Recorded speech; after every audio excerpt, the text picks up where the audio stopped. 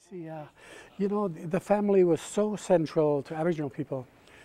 In all of our Genesis stories on the coast especially, I don't want to speak for all the people, but from my experience and from the tribes that I know, we all had first ancestor stories, a place where our time started, the first human being started. And this took place and manifested in a sacred site somewhere. And over time, our populations evolved, and the rules of law and order and spiritual guidance evolved with all of that.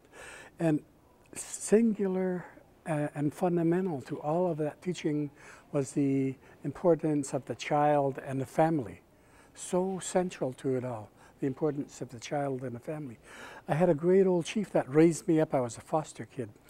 And he used to say, what would we do without our children? What would our purpose be?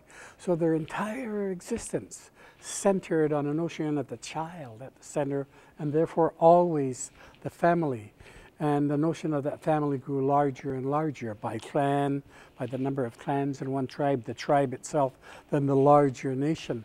Always central to that was the child and the family. So we need, I think, begin to focus on those values again and those practices. And we look at modern family times, and a lot of people have forgotten that. I think that Aboriginal people can bring back some of those perspectives, some of those practices, some of those values around family, and help all of us to generate a new sense of how important the family is as a focus. On my way here to Washington, D.C., on the airplane, I was reading a legend, a story about one small clan in one of the tribes at home. And it's a story about a loon, and the loon had a name. His name was Namugwis, here all by myself. It's a translation, right? And he had a wife. Her name was Lakitnizamka. And I'm not sure what the meaning of Lakitnizamka is, but I've heard the name throughout my growing up years. And they had a young son, and they lived in a place called Watmis. That's where they started from, this little place called Watmis.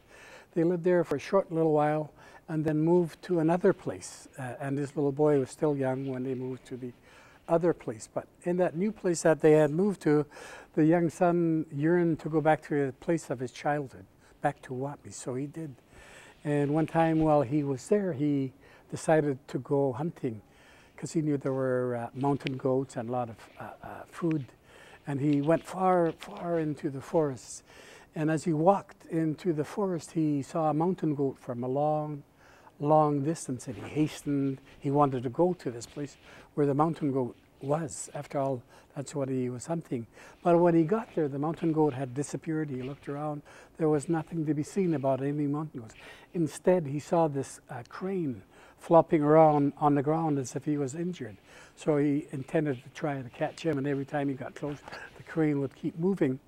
And finally, the crane exited under a long grass foliage that was hanging over a rock face.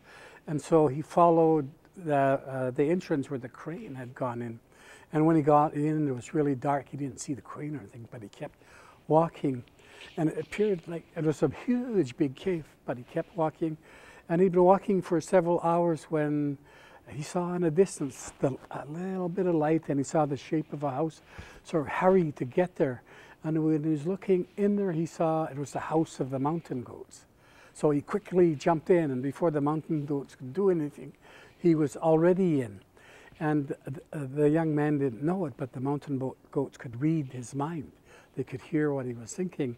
And so one mountain goat said to all the others, "Don't be afraid, don't be afraid. This man has good intentions. He just wants gifts from us, so let us help him." So they allowed this young man to stay in. And the chief of the mountain goats was sitting in a chair, and just above him was a weapon for hunting. And although the chief of the mountain goats knew already what he wanted, because he could hear his thoughts, he said, "What is it that you want from us?" And the young man said, "Oh, I want that hunting hunting instrument hanging above your head. Oh, you may have the width of that instrument with the width of your 2 hands. And so he got that. And then the chief said, is there anything else you want? And Mountain Goat already knew that the man wanted this spirit water. And spirit water we call Kwalatsta, living water, much like biblical religious references to holy water, right? And he said, you can have this holy water, but take good care of it, cherish it. But you can't go home for 4 days. And so this young man stayed there 4 days with the mountain goats. And finally said, now you can go home. Don't forget what we said. Cherish what we've given it to you. Always use it for good intentions. And so the mountain goat, the young man started off home. And as he was starting off for home, he remembered his parents. And he thought to himself, it's been a long time I haven't seen my parents, and they're getting old. I've got to see them. At the same time, he was thinking that he ought to go to see his parents, right?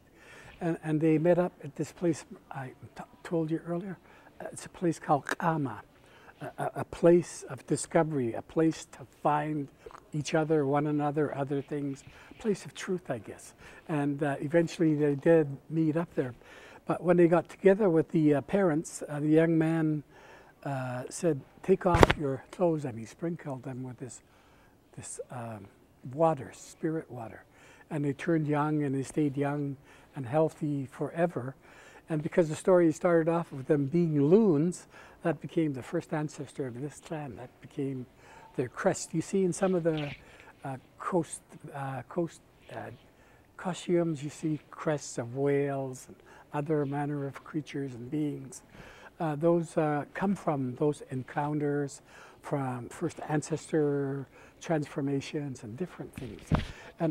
And the more I study Kwakwaka'wakw culture, the more I recognize the genius and the tribes people of the early days about how they gave definition and purpose and intent to the world around them, and of course their own purpose, their own reason for being and what their responsibilities were. It's fascinating.